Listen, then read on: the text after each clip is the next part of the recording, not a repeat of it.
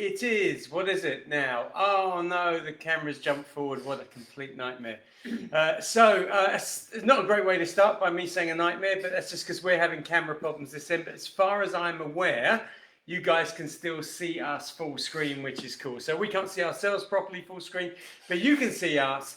And it is what? It is the 4th of November, 2000 and what's the date? 2020. Yeah, it's been a long year. It's been a long year, and it's an extraordinary day, actually, isn't it? Because right now, if you're watching us from the United States, we know that you're trying to work out who your next president is going to be. You've got 4 years of the same guy, you've got 4 years of a new guy, so that's going on in the USA. Here in the UK, our government has decided to lock us down, lockdown 2, from tomorrow. So we've got, we're going back into it. We got a month. So we thought this is a good time for us to be online with you. Cheryl's joined us again. We haven't seen, well, actually we saw you last week. We did a special broadcast last week, but it wasn't our regular thing. So we are here with you guys, and we're going to have a bit of fun. We got the cocktails, slightly different to what we have done in the past, but I did explain that to you a little while ago. Tonight, got 3 cocktails for you. Obviously, I'm going to tell you who the winners of the competition were. Are you good there? Yeah, no, it's... We got the wrong stool for you. We got the squeaky stool. We got the squeaky stool. So the squeaking is just the stool, but... I'll sit still now. So we got what we got. We got the prizes. We got our winners of the competition. Yep. 3 cocktails for you. But instead of the quiz, which actually, to be perfectly honest, even though a nucleus of you were enjoying that, people were sort of drifting away from that quiz. So we decided to stop the quiz for a while. And tonight, what we're going to do is that Sheryl and I are going to discuss, actually, at strategic points, a couple of interesting things that were in the whiskey news this week. And what I want you to do is I want you to get involved. So if you've got an opinion, if there's something you want to say, chuck it in, and we're going to try, we'll see how this works. We're going to see if we can get like a circular discussion between Sheryl, I, and whoever wants to get involved. Anyway, let's see who is with us. Bob, great to see you. Good to see you. Carl, and you. Dave, good evening. Seeing and hearing you loud and clear. That's good, what we want to see. Kieran, hi, how are you doing? Paul is there as well. Adrian Bain, hi Paul, and all, having a Jura prophecy. You're already lined up with what you got on the go. That's good. And Gary Cummins is with us as well. So you know how it goes. And in actual fact, Adrian's already told us he's got a Jura prophecy on the go. I'm just about to pour myself a drink. I'm good. Cheryl's already good. She's setting herself up for the cocktails that are coming a little bit later. But what you got in there? Bacardi Coke? Yeah. Yeah, Bacardi Coke as usual for Sheryl. And for me, well, I'm going to have Ben Riach 10, which we've had on the show a few times over the last couple of broadcasts. But I'm going to be using this as the base for our cocktails tonight as well. So I'm going to get a little drop of that in there. Squeaky bottles, squeaky chairs. I know, squeaky elbows in a minute when you start shaking. I do actually have a little bit of squeaky elbows, you know. Right, so anyway, look, cheers. Tell us what you got on the go.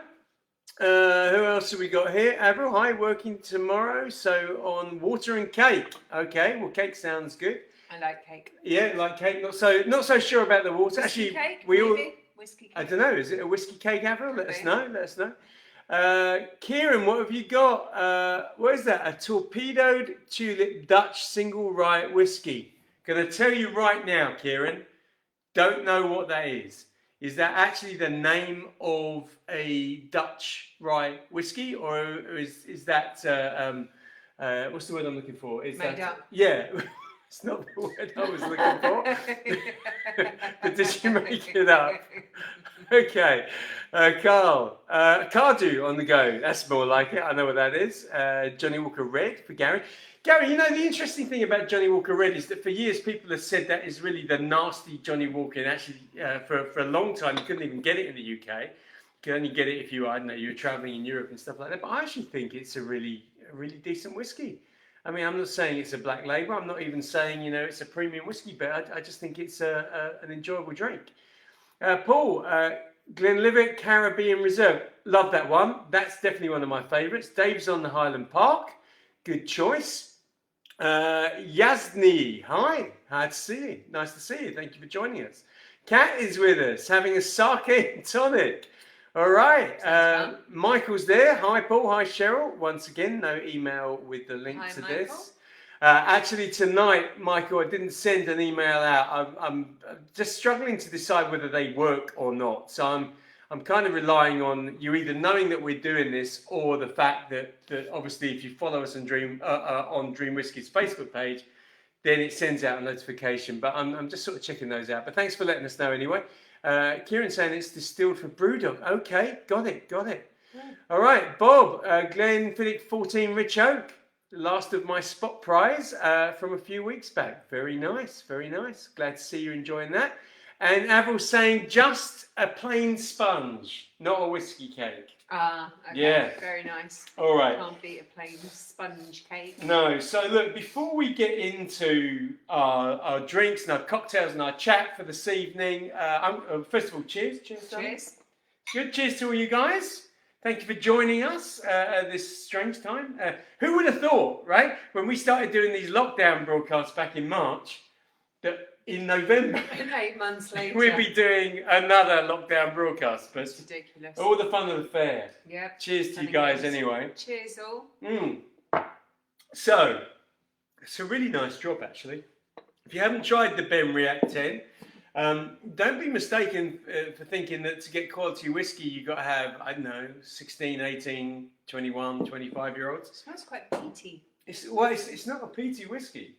It's got a peaty undertone. Has it? You see, this might be a topic of conversation for us a little bit later, I'm not sure. Oh, it's sweet. It's Yeah, really I know, nice. it's really delicious, isn't I it? like that. Yeah, good. It doesn't mean you can keep it. Can she keep it? Yes. I guess so. All right, listen, members competition. Obviously, we've got our Glenfiddich Snow Phoenix just sitting in the background. Just to remind you all that this is our Christmas prize. This is a £700 bottle of whiskey. One of you is going to win it. When I say one of you, that means one of you that's entered it is going to win it. It's a popular competition, but if you're not in it, get in it. There's a link in the description. But the winner of our members competition for last night is Mark Snowshall.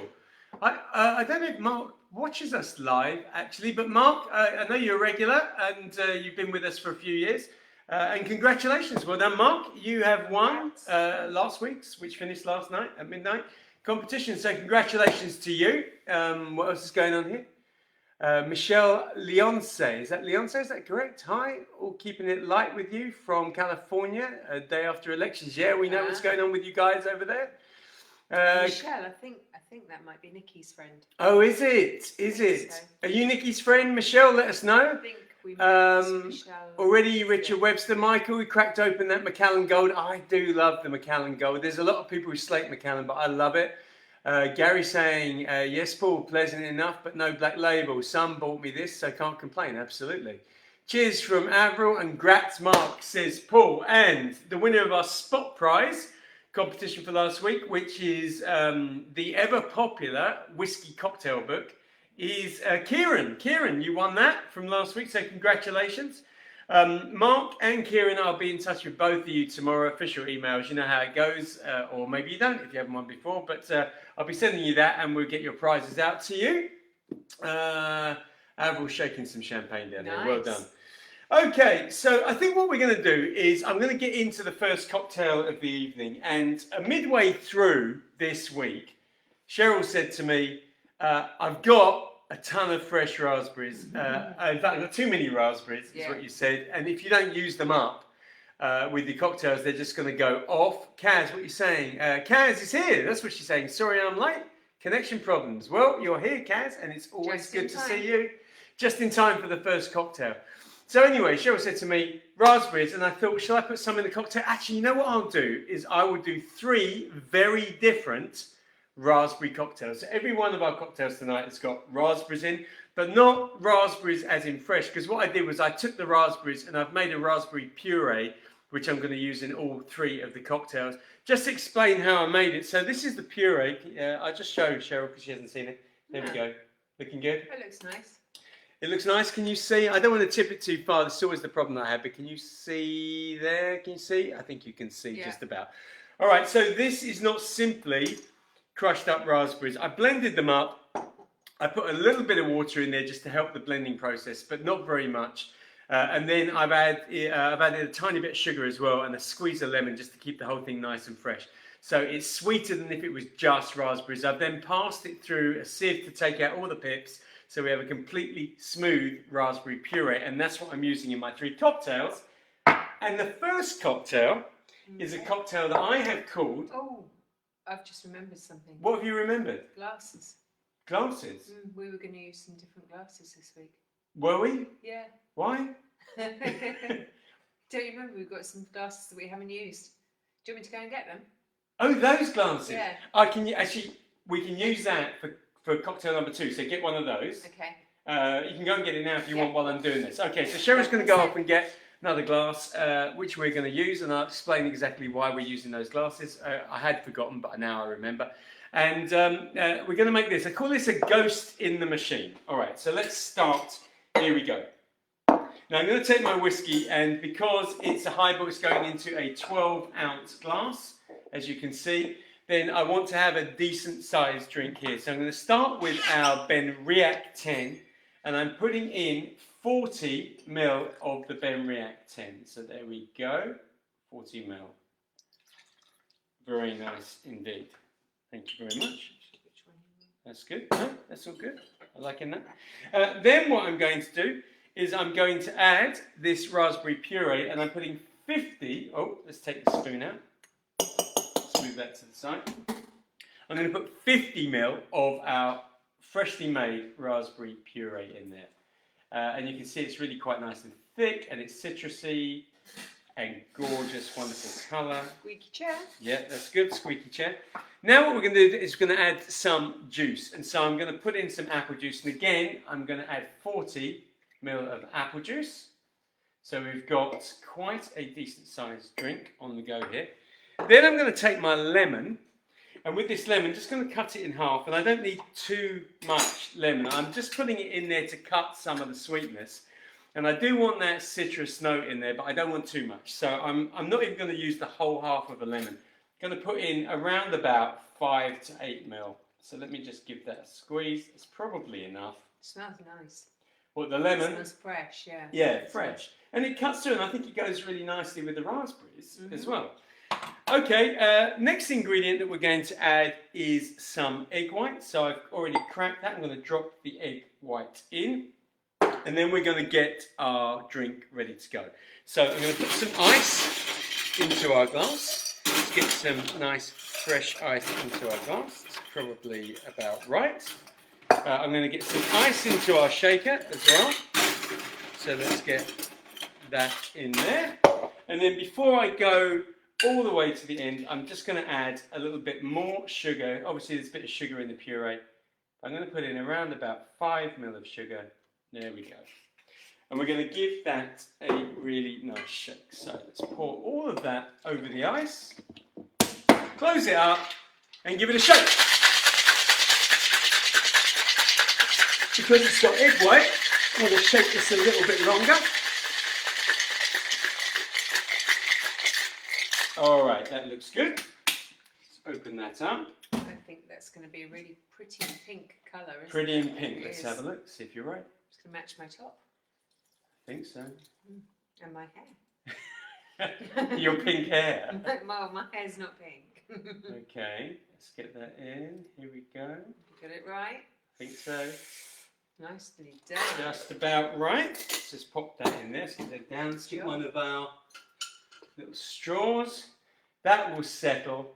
So what will happen is, because of the egg white will make its way to the top, and it will start to be a little more frothy on the surface of the drink, and nice and fruity, not too sweet, but not too citrusy as well. And that's our cocktail number 1. That's what we call our ghost in the machine. So, of course, no, I think you're going to try it. It's still settling, obviously. It's still settling out. While you're doing that, I'll just give these a quick rinse. What do we think? Yes, okay. Is it all right? I can't really taste the whiskey in it much. Did you put any in there? Did I put any whiskey in there? I mean, that's the problem, isn't it? I'll probably find out. You'll find out when you're... When I'm giggling and blushing. When you're falling off the seat. Yeah, no, I can taste it. Yeah. So how would you describe that? Fresh and fruity Yeah. and pink. Let's have a little taste. Let me see if that actually is. I would say smooth, fruity, definitely fresh, definitely pink. You see, I was describing me. You're now describing yourself.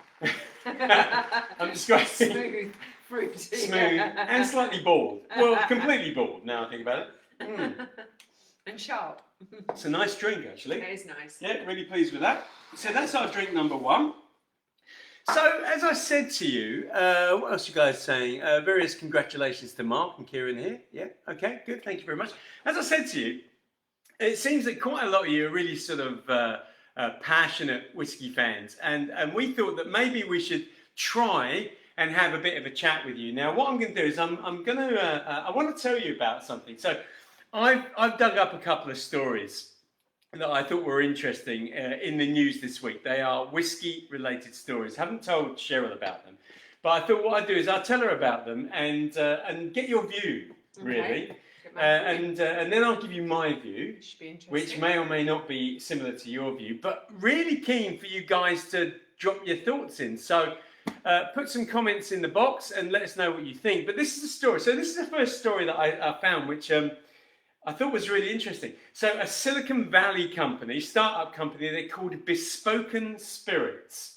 Okay, they've launched what they call a Nespresso machine for spirits. Right. Okay. So it's not actually. I mean, we're not talking about something you can have at home. This is equipment that they use. So you wouldn't have like an espresso machine in your hotel in like Mexico? No, no. So they use the name Nespresso. Right, but okay. I'll describe what it is. So they've come up with some technology.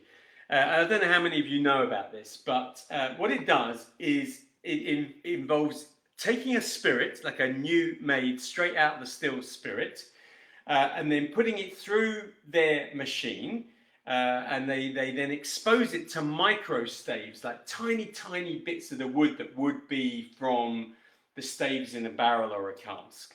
They then put it under some kind of process, some industrial pressure, and to cut a long story short, they say that they can create the effects of aging in days.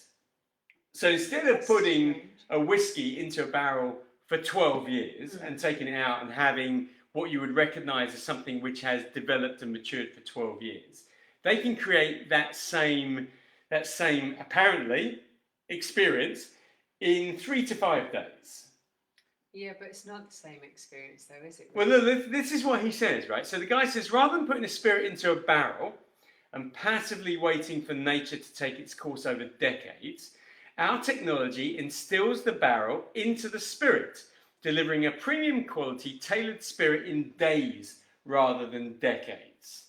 Apparently, it is much lower on energy than what it takes to age a barrel. Uses just 3% of the wood. It even says they retain the so-called angel's share. So in other words, they don't lose anything, right? So the evaporation that happens when it's in a barrel, 2% a year, doesn't happen. There's no angel's share because it happens in 3 to 5 days. So what do you think? What's your thoughts on this? Good? Bad? I mean, I kind of get why they're doing it. Okay, I understand that, having to wait. But I mean, I'm not a big whiskey drinker, but I would say that surely part of the enjoyment of actually drinking whiskey is sitting there and saying, do you know what, this has been in a barrel for 10 years or 12 years or how long for, and the process has happened this, and sort of enjoying it. And it's not about rushing. You don't rush drinking a glass of whiskey. You enjoy it and you take your time, just as you need to give it the credit that it's due, that it's been sat in a barrel waiting for you. Well, and that's the price you pay as well, surely. So what we got here, so Bob's saying, like, it's a bit like synthetic diamonds. Who would want them? Because they can do that. They can take carbon or something and put it under. No, but the actual synthetic diamonds, where they put carbon under pressure to create the diamond. Yeah. And then you've got Paul saying it sort of devalues the whole process. Yeah, I agree.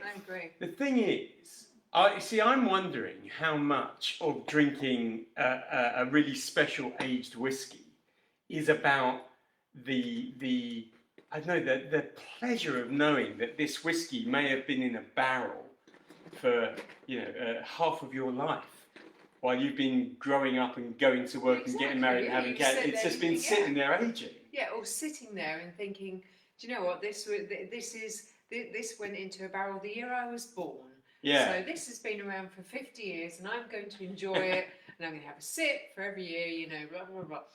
So that's all part of the fun, surely. Well, I mean, I agree. I agree with that. I have to agree with that. I guess if I'm going to take the other side, not take the other side because I do agree with that, but if I was going to take the other view, then does it mean that? So I'm assuming that if it only takes you 3 days or 5 days to make a equivalent to a 50-year-old spirit, then does that mean that you can enjoy the flavour and experience of a 50-year-old spirit at the cost of a £15 bottle of whiskey? Is that what it means? What we got here? All right, so we got a lot of views here. Gary's saying, don't know, don't think you would get the same flavours. I don't know either, but apparently they're saying that it does give you the same flavours. Dave, no. A huge part of drinking whiskey is the history, the passion of the blenders of the whiskey. Absolutely agree with Sheryl. I mean, I'll be honest with you, Dave, I agree with Sheryl as well, but I'm trying to just sort of play devil's advocate here as well.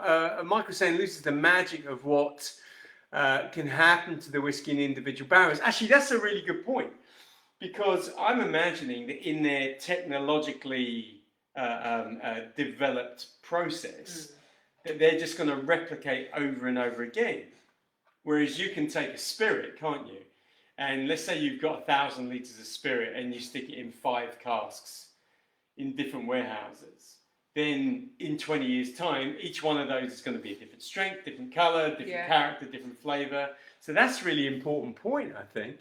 Kaz is saying, like Sheryl, I can understand why they're doing it, but it seems to defeat the object of the whole whiskey experience. Gary's saying, would you be buying a 10-minute bottle of spirit? Maybe.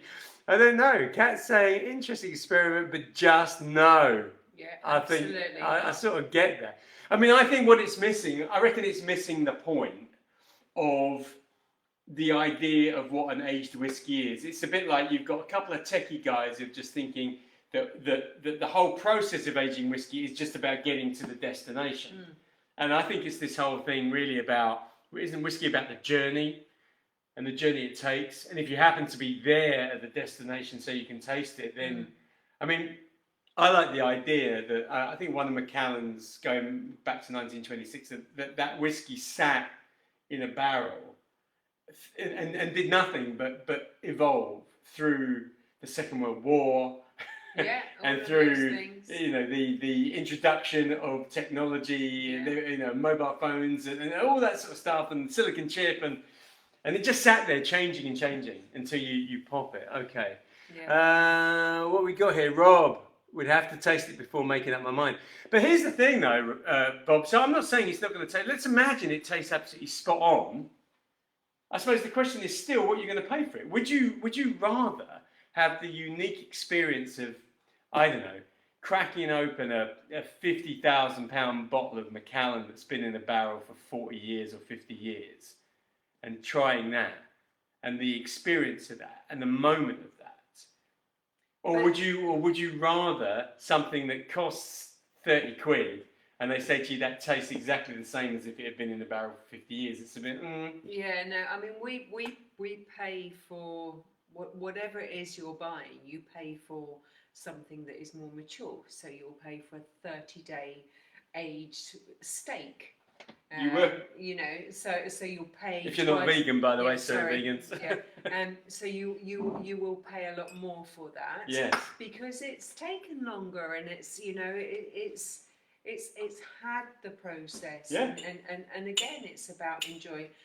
At the end of the day, that steak may well taste the same as a steak that's only a day old or whatever. But you're paying for it. You're paying for that. And you're not paying for fake 30 days. You're paying for the privilege of that. Yeah, exactly. All right, look, we're going to cut that discussion there. It seems that you guys have really got into that. I'm glad, because it's nice to get your views. If you think that we've been sort of either side of this camera for quite a year or two and more for some of you as well, Is Bruce with us? I'm sure. No, Bruce is not here tonight. That's a shame. He's missed the chat. He's missed the chat. Dave, what are you saying here? Just before I move on, it seems very reminiscent of the chemical wines like Blue Nun, etc. Every bottle tastes the same and mass produced. Yeah, I agree with you. I think that seems like what they're saying. Geeks watching too much Star Trek trying to make synthanol. Was that synthahol? Yeah, synthahol. That's it. Bob saying 30 days aged tofu. Okay. Yeah, Paul saying, are you buying a copy of a fake? Surely not the real thing. Yeah, I agree. All right, good. So, interesting topic.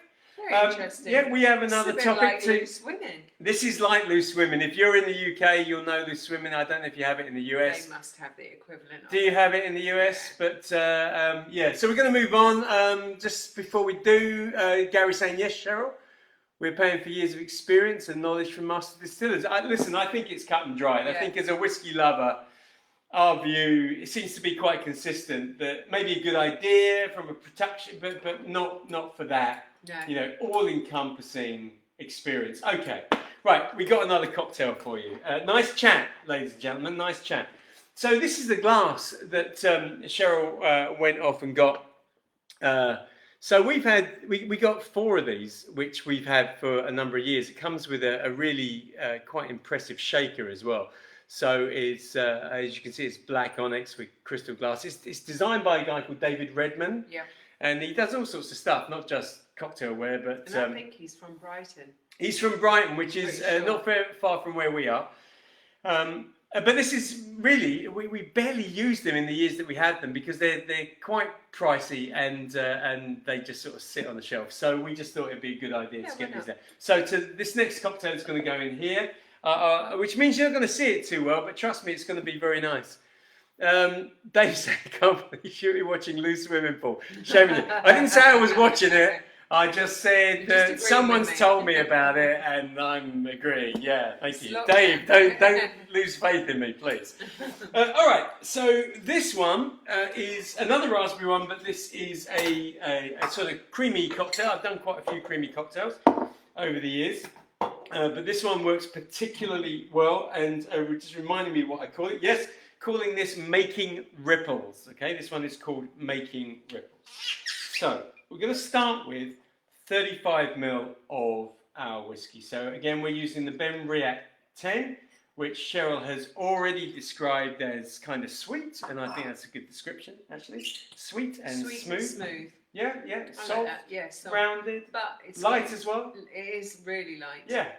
And now I'm going to put this together with a new liqueur that I got in. So you know, if you watch us regularly, that Giffard, the liqueur people, often sort of send me stuff and I do stuff with them, etc., etc.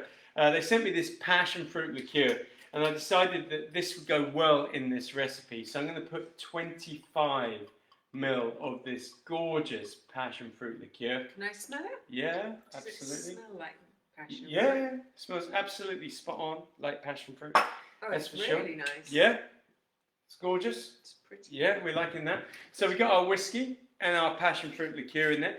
Next thing that we're going to do is we're going to add a little bit of vanilla, and I'm going to add it in the shape of some Galliano.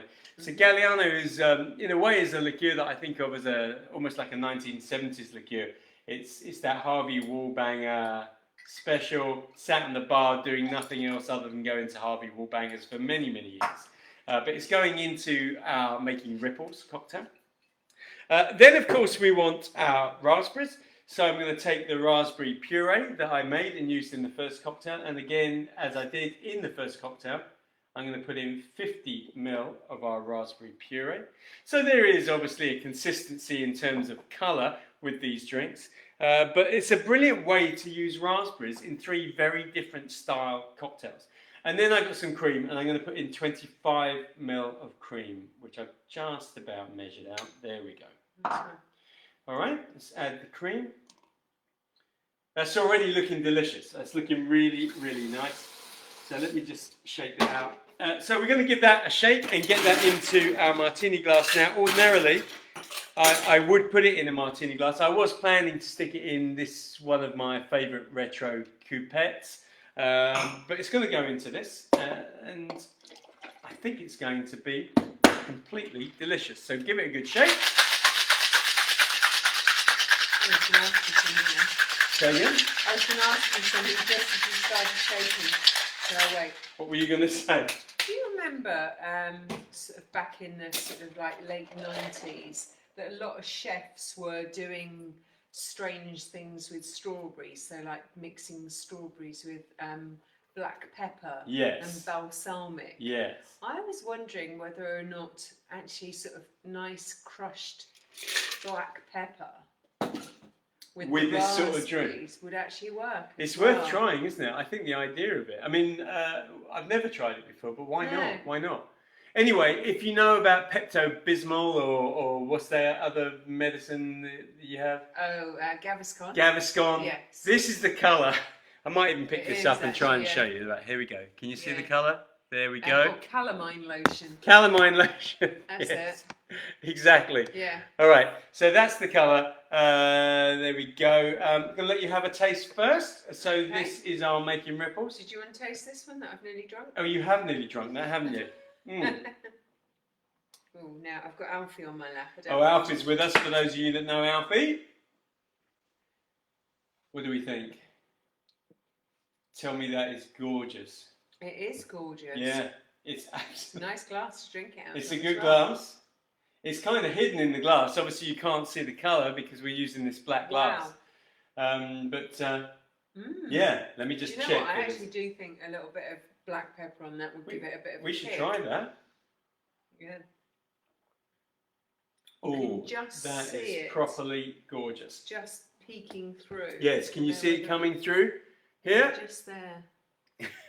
Hey, Bruce is with us. Hey, Bruce. Here and not working and trying to watch. And listen, having an old fashioned with my weekly whiskey prize. Well done. Were your ears burning? We were talking about you 5 minutes ago. Yeah, is that what I think? That's why you've popped up, isn't it, Bruce? Yeah. So he's working, but he's got his old fashioned with Dalmore 18. You know what, Bruce? I've made old fashions with a lot of whiskies over the years. I don't think I've ever popped a Dalmore 18 in it, but why not? Why not take a really decent whiskey and combine it with an amazing cocktail? Loving that. Yeah, congratulations. Well, for those of you that don't know, of course, Bruce won not last week, week before, I think. But yeah, good job. All right, so there we have two of our cocktails on the go. So something else to talk about.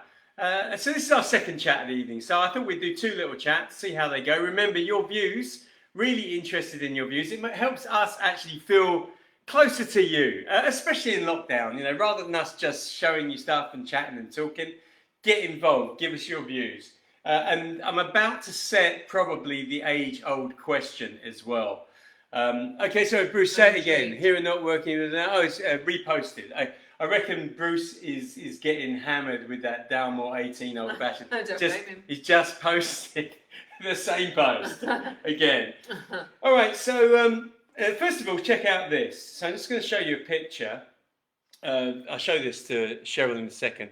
This is a bottle of the Dalmore 35. So they released this, I think, in 2016. They first released this this range with these fabulous decanters. I mean, how gorgeous is that? Haven't you got a Dalmore like that? No, I don't have a Dalmore like that. I've got a Dalmore like this one. Oh, right. So this is the 35. We saw these, you remember last year when we were allowed to go out and we were in London, we saw these dotted around in Harrods on... Oh, yes, yes. Exactly. Yeah. So this whiskey, this Dalmore 35, I think this week or last week, got the Supreme Champion Awards at the International Spirits Challenge. So the International Spirits Challenge, which of course is different to, for example, the World Whisky Awards, is looking at all spirits. There's hundreds of categories, blah, blah, blah, blah, blah. But at the very end of the whole process, they pick one bottle of one spirit. So it doesn't even necessarily have to be a whiskey. And they call it their Supreme Champion. And this year it was this one, the Dalmore 35. Okay, so they say loads of things about it. It's $5,000. So I reckon what's $5,000? The best part of over £4,000. So $5,000 per decanter, which is not the most expensive in the world, but to most of us, I think we can all agree that is a lot of money to pay for. Well, it's just a lot of money, isn't it? It's a pay holiday for me. It's a holiday for you. What, on your own? No, with you. That's a holiday for Cheryl while I'm No. staying here, back here on my own. It's definitely a holiday. It's a holiday, right? It's a holiday for us. And here they say, not entirely unreasonable price when you consider the impressive age statement. So, okay, 35 years. Plus the fact that they launched it in 2016. They only release 1,000 a year globally for 5 years. So that means that next year in 2021, that's the last time they release 1,000 of them. So look, we got a great whiskey here. My point is this, actually. It's not about the Dalmore 35. It's actually about really special whiskies. Now, whether you spend $5,000 on it, or £500 on it, or £50 on it, excuse me, pretty much everyone who loves whiskey will have that special bottle, okay? I mean, I know someone who has a collection with the sort of whiskies. I mean, quite frankly, you know, his whiskies are worth more than my house. So I know someone like that. So it doesn't really matter where you are in the pecking order in terms of how much you spend on it, but we all have those special ones. The question is, I suppose, if I don't know, if we spent $5,000 on a bottle of that, would you drink it or would you keep it? Would you drink it or would you keep it? That's a really tough question. It's the age-old question, am I right? It's a really tough question. I think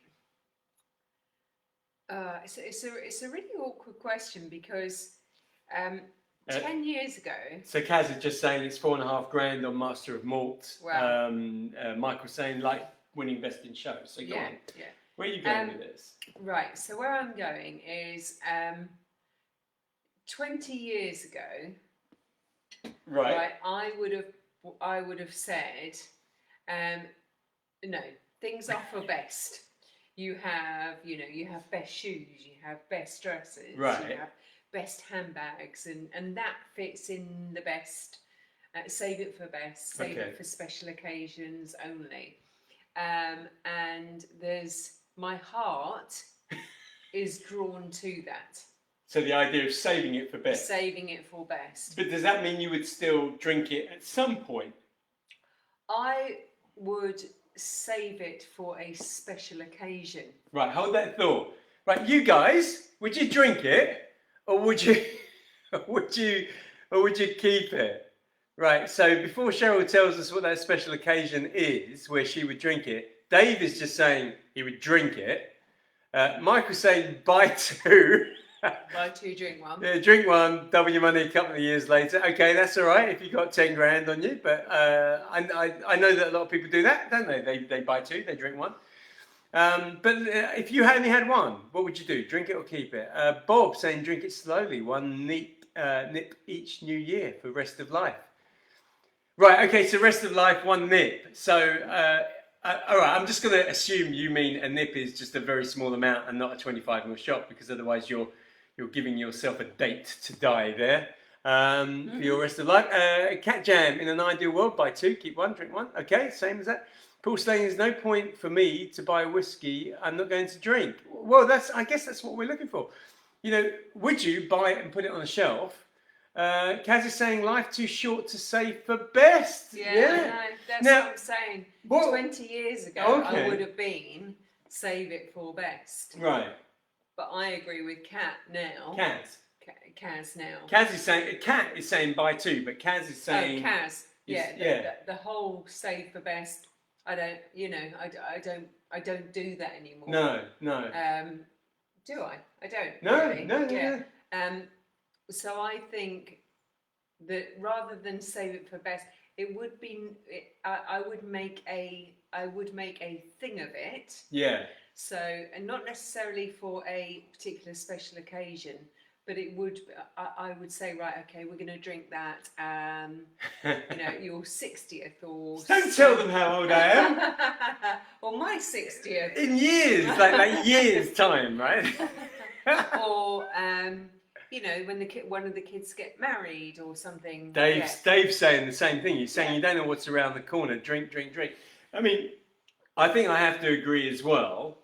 It's funny, isn't it? When you're younger, you think you're immortal, life goes on, so I don't know, you keep it on the shelf. I mean, I have to say that, and you know what, I think you know what I'm going to say now, but I've got a couple of whiskies here and a couple over here, which have been sitting on the shelf for a while, and in actual fact, something sort of happened to us this year, which made me think exactly that. What's the point of hanging on to things for, a special day when if you keep waiting, you're going to run out of days? Yeah. So I did something. I don't even know if he's watching. He's probably not watching. But I did something with Cheryl's dad, and I just thought, you know what? These whiskies that I've been holding on to for a special day, why don't I just invite him round, because he loves whiskey, and crack them open? And we did. We had a night where three of them. Well, we didn't just drink three whiskies, but there were three really sort of what I called important keep for best type bottles that we just cracked them open and enjoyed, didn't we? So I've got a question back to you. All right, let me just read these and I'll come back to the question. So, Paul Slade, waking up each day is a special event. Absolutely, Paul. For everyone, for sure. Bob saying 25 mil equals no years, I'm 50. Already 80 years is not bad. Okay, fair enough. Gary, you only come round this way once, drink it. Yeah, listen, I think everyone seems to be going down the same road. What were you going to say? Right, what was your question? Do you remember I bought you a bottle of whiskey for your 50th? Yes. Did you open that? Well, I've been thinking yes. Well, no, Yeah. I've been thinking yes. Yeah, I mean, it's been sitting there. So, all right, so let's put that. Sheryl actually bought me a bottle of whiskey for my 50th. It's a 50-year-old whiskey. And it's been sitting on the shelf ever since. She did actually buy with it a little sample of the same whiskey. That is quite a good whiskey. So it came with it was a bottle plus a 50 ml. So I did actually taste the whiskey and I drank the 50 ml. But I guess I am thinking that I need to pop that open as well. I think so. I mean, what's the point? So it's got a personalised label. It has. So just to be clear, it's not a 50-year-old Macallan that that we need to put in a cage or anything like that. But it's a sort of generic 50-year-old Speyside, really nice whiskey. Sheryl personalised the label for me. It's probably the only one. Actually, no, it's one of two, isn't it? That are sitting on the shelf doing nothing at the moment. Yeah. Yeah. Interesting. Any other thoughts for you guys? Oh, what we got here? Night to remember, just going back. Oh, John. Is that Dan? Your dad's there. I thought he might be. There he is. Yes, it was a night to remember, and we'll do another one of those as well, John. We'll do another night to remember soon. Michael is saying, "What is it?" The Speyside. Actually, I'll be honest with you. I've got a little list of what it is, but I don't have it here because I didn't think we were talking about it. I can't remember off the top of my head, but it's a sort of coming together of Speyside single malts, 50-year-old single malts. Bruce saying, drink it or friends and family will be drinking it at my wake. Yeah, this is it, isn't it? Yeah. Gary saying, I think we should all fly in and help you celebrate, Paul. My 60th, which is not for a while, by the way. What's that? I'll help you drink it. Is saying your dad, which we know, although he's spelling it very badly, which makes me think that he's already drinking tonight. Yeah. All right, so look, good. 2 subjects done. Nice chat. Thank you for getting involved, everyone. Like your thoughts. Definitely, this is quite nice. Yeah, I feel like we're sort of closer to the game doing this. One more cocktail for us. So next time we're on, we'll have another couple of subjects to chat about. But let's get on to our final cocktail of the evening. And I just thought that this would be a good thing to do. So I'm just going to pop that over there for you. Are you done with this one? You can finish that one. No, I was just going to move it. That's all. No, I'm good. You're good, right? Let's pop that under there. This is for me. Cheers. I'm going to make a raspberry whiskey mojito. Ooh. A raspberry whiskey mojito. That sounds nice. Yeah, so this is essentially a mojito. Yeah, but with raspberries. With raspberries. What a surprise. And with whiskey. Apart from that, it's a mojito. But it's a really good combination of flavours. So when Sheryl and I, we were travelling a little bit a few years ago, and was it Puerto Rico? I don't know what you're going to say. Where so I'm not sure. we found a mojito bar Oh, that yes, did, yeah. I don't Yeah, know. it was Puerto Rico. Oh, was it? It was Puerto Rico. Yeah, yeah. Yeah. Isn't Puerto Rico home of the mojito? No. No. Home of the Pina colada. Pina colada. Ah, yeah. Right. But we found I this thought because it mojito bar. rhymed, Puerto Rico mojito. What it might be, you know, Yeah, it makes complete sense. just to make. So we find this bar, and they had, I think it was more than 100 mojito recipes on there. I ended up having a mango and jalapeno mojito. I can't quite remember which one you had. Did you have a? Can't remember what Sheryl had, but raspberry was on there, and it looked good. We didn't drink it, but it looked good. We've tried it since, and so I'm going to do this whiskey version of it. So we're going to start with some fresh mint. Now, Cheryl's going to almost choke on her drink when she sees that I'm not using the mint out of our garden. But the reason for that is that it's sort of going, Yeah, really. I get So I that. bought these, and I'm going to take... The winter months Yeah. are taking it. They are. So 2... Yeah, we've done quite well 4... with it It's gone well. We had a sort of second life, really, didn't we? 6. Let's go again. So these are really big and actually very fragrant mint leaves. I'm going to put in 10 Meat. altogether. though. Or mint. Mint? Did I say meat? You said meat leaves. Yeah. Mint leaves. We're on the 30-day old Oops. steak again. We're still there.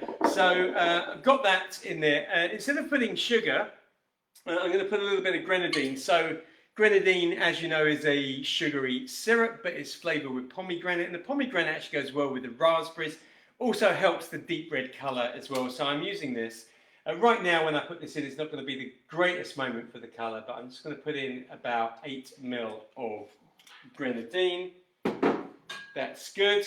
And then I'm going to take my lime and I'm going to squeeze the juice of the whole lime in there. So let's get the first half of our lime. Let's get that in the glass. Oops.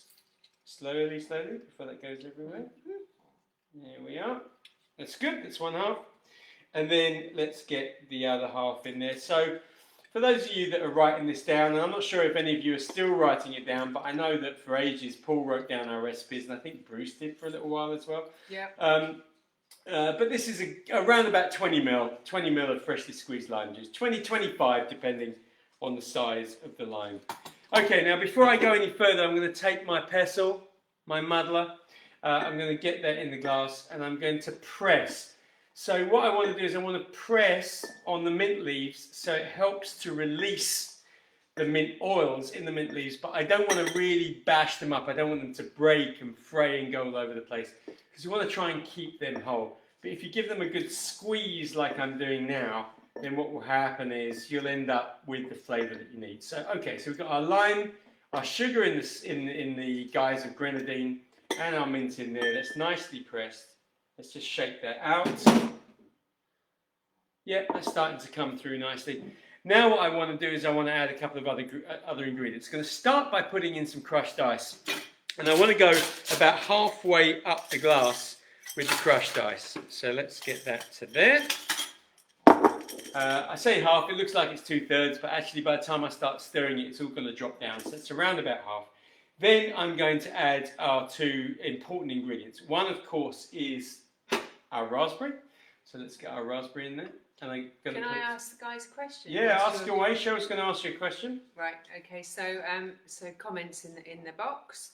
So, just want your most embarrassing alcohol-related story. Just drop it on them. Just drop it on them. Yeah, completely. Drop it in the box, and then let's all have a laugh and a giggle at your expense, obviously. But let's share your stories. Well, let's see what they come up with. See what they come up with. I'm sure. What are you sure? I'm sure that you've got an most embarrassing alcohol-related story. I might have one. And I'm sure that I can share one as well. Right. Okay. Well, we'll see if anybody wants to share anything. But while you're looking at this recipe, just to say, what we got going on here now is we got the lime. We've got the mint and the sugar in the form of the grenadine. I've now put in 35 ml of the raspberry puree. I've also put in 35 ml of our whiskey. And now what I'm going to do is I'm going to churn this drink. So I want to mix all the flavours. I'm bringing the mint and the raspberry and the whiskey together. That looks really fresh and light. Yeah, looking good, isn't it? Yeah. So let me just, it's smelling good. So now I'm going to top this up with a little more crushed ice. Let's bring that up a little bit further. I'm now going to give this another churn. There we go.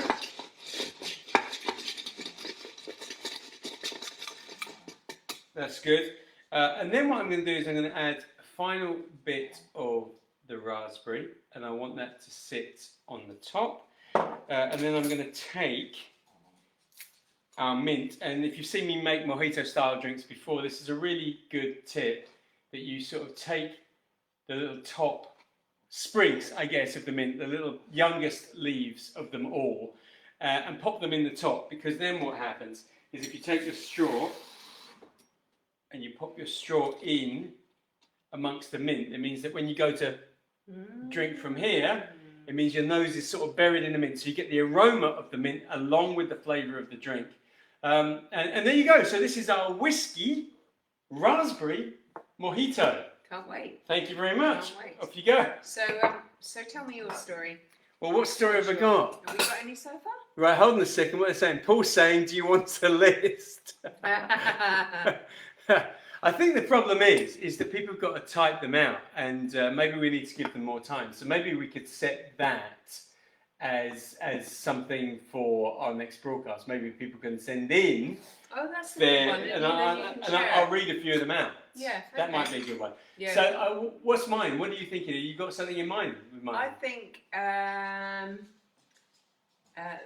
the olive stuck in your nose. Okay, shall I tell you that one? Yeah, that one's funny. All right. Yeah. Okay, I'll tell you one. I'll tell you one just to get the ball rolling.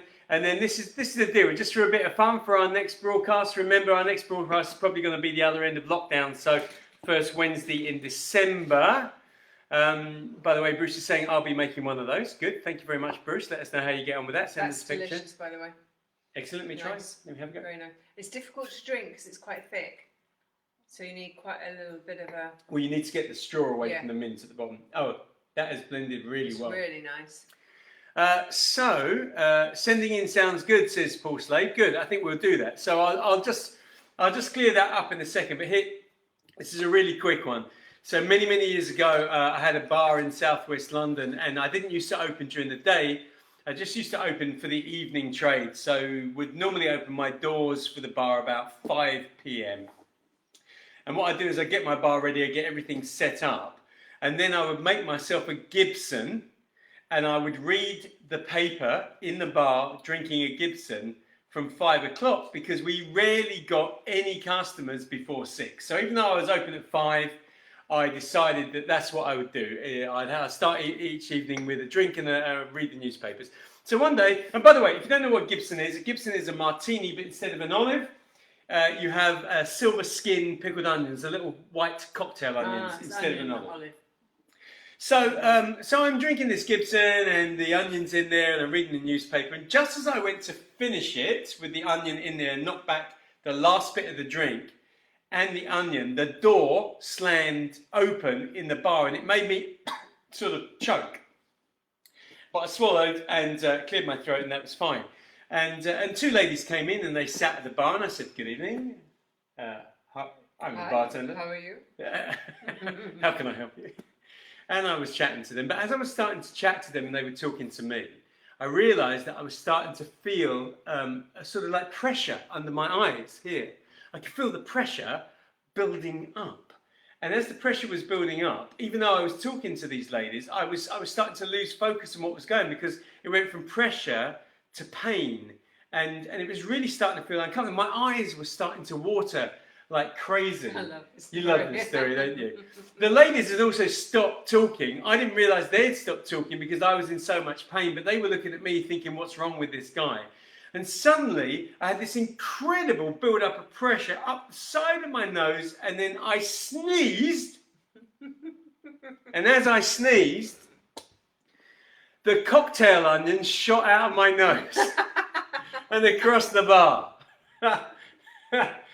Well, and stopped, right? Stopped on the bar in front of the ladies. I don't know how many times I've heard this story, it still makes me laugh. So what happened was I knocked it back. I'd obviously choked, and instead of the onion going down, it worked its way back up the other end. Anyway, most embarrassing moment. They were very uncomfortable. To cut a long story short, they were polite and decided not to have a drink, and they left. But there you go. So that's my most embarrassing story. Dave has actually put something here. Dave's saying got totally wrecked on a Virgin Atlantic flight as two of us stood at the bar in upper class for the whole flight drinking cocktails. Left my bag containing money, credit cards, phone and other things on the plane. Luckily managed to collect the bag. 10 days later, very embarrassing. Yeah, but kind of cool though, David. That's pretty cool. That's a great story. Paul saying laugh out loud. Nice sneeze. Yes, thank you very much for that. Brilliant. Paul says Gary laugh out loud from Kat. Yes, I have to say I was invited to be the guest speaker many years ago at an industry dinner. So it was a dinner for the Gin and Vodka Association here in the UK, and I was a guest speaker. There was about, I don't know, 150, 200 people in the room, and they were expecting me to get up and tell some kind of, I don't know, really motivation kind of, yeah. And I told a story. Well, I told that story, but I told it within the context of what makes good service. So what I was really doing was talking about what makes good service, but I told this story to this group of people in black tie being very serious about gin and vodka. And the silence at the end of my story was a thing to behold. But I was actually told that that was quite impressive because all previous years they just talk all the way through. They just talk and eat through the speech. At least I managed to make everyone shut up with their mouths hanging open in disbelief of what I just told them. Okay, so look, right. Good. What else have I got to tell you? We're pretty much towards the end of our broadcast. So 3 cocktails tonight. Glad you like the chats. If you do have an embarrassing drink-related story, a bit like Dave's there that he shared with us, please send them in to me. You know the email address. It's the same email address that you get all the correspondence from Dream Whiskies on. Send them in and make us laugh. And I promise you, we'll share them. I'll read them out. We'll share them on our next broadcast. I think it'll be great fun.